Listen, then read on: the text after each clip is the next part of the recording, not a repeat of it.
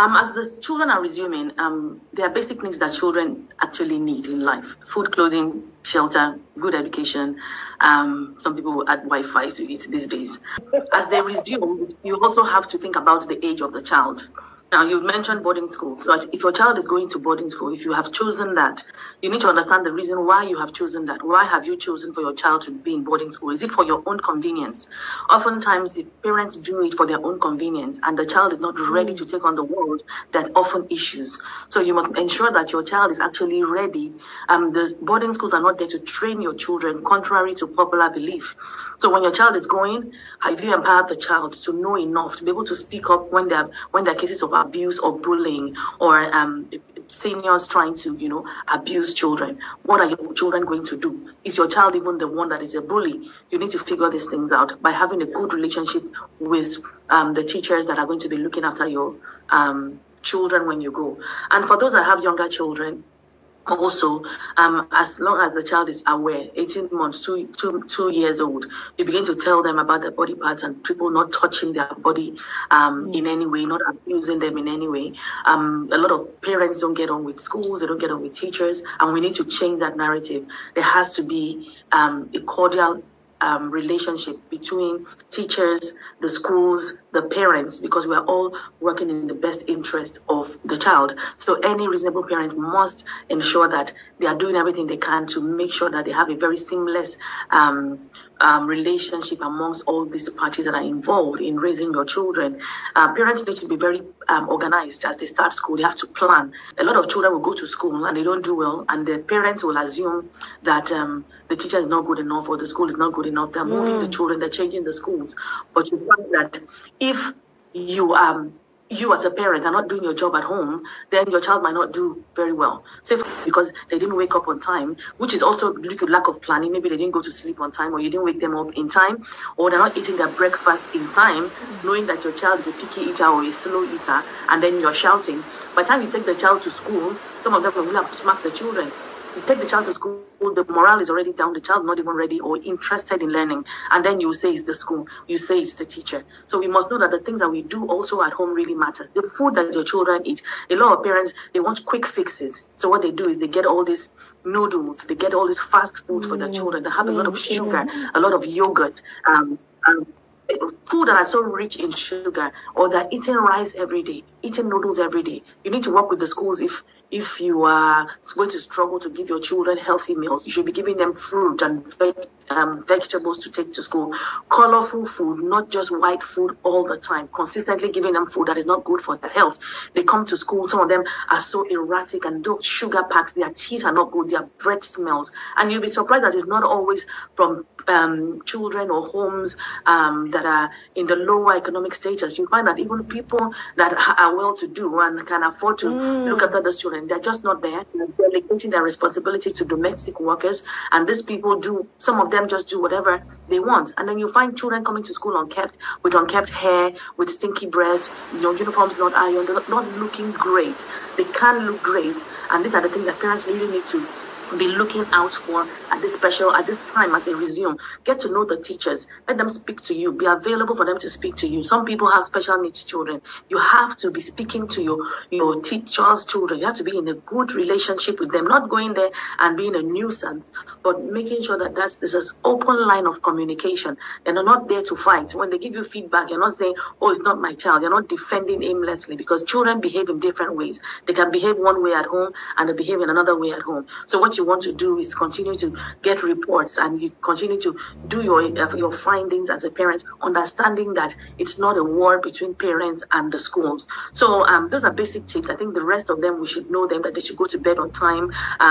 They should rest, and don't overload them with lessons. Nigerians like lesson teachers. Whether your child knows it or does not know it, it's lessons. The kind of lessons we should be doing are more of moral values and character development, because a lot of people don't have time to train their children properly, and they're behaving anyhow. So instead of English and maths, your child is not doing well in English and maths, you go and get lesson teacher. But when your child is misbehaving in class, you don't get lesson teacher for that. You just beat and do what is not correct to your children. Well, how about somebody helping your child with etiquette and manners, speaking, elocution, things that are important?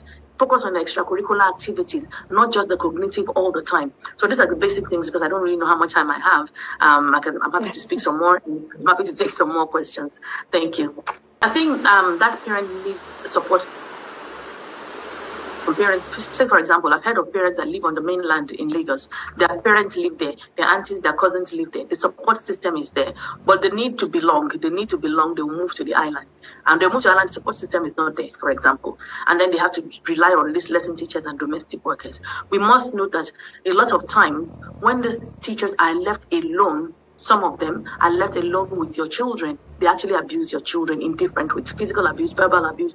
Some of them are just there, just covering homework, not really teaching anything, because they're. And a lot of parents use it to kill time, and this is not what we should be doing. Instead, we should be building healthy relationships, finding people we trust, so that we can have little play groups, for example, or we can have someone that can help you pick up your child, and still maybe one of the parents is finishing early.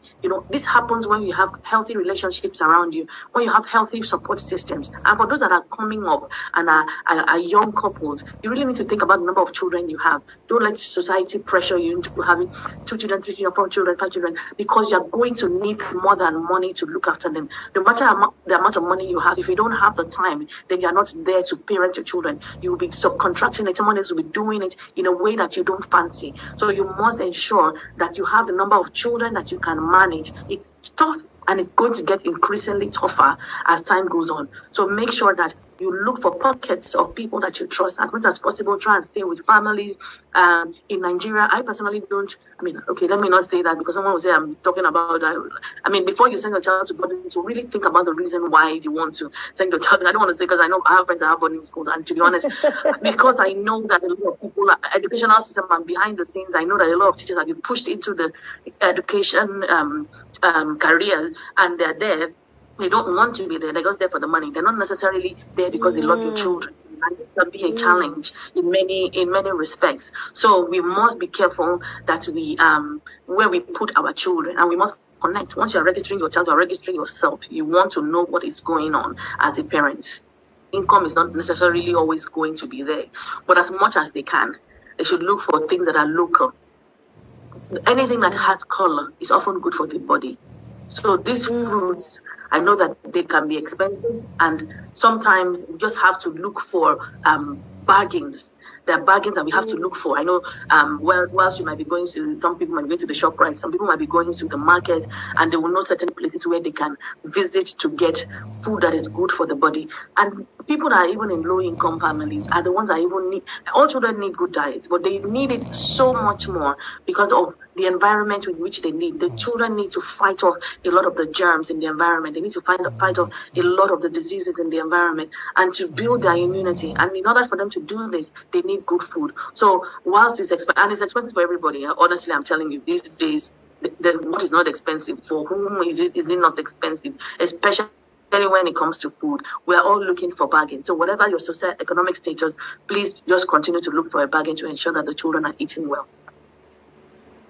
Thank you so much. What would be your parting words?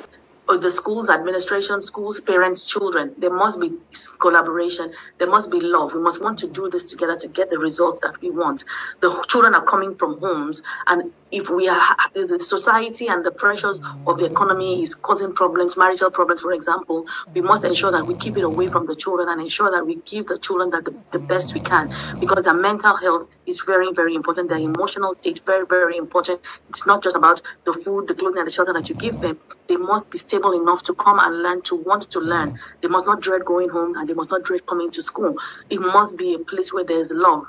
Schools must be a place where the children can find love. It shouldn't just be an institution. I don't believe it should be an institution. We have to think of it as a home for the children, where they come to learn, where they have fun, they enjoy, they connect, they build, and they grow. So in all of this, I would say if we work hand in hand and we collaborate all together, then we'll have a successful term and even a more successful academic year. And I wish everyone all the best. Thank you so much for inviting me. Thank you. I really do appreciate your contribution to the show this morning, Ronke.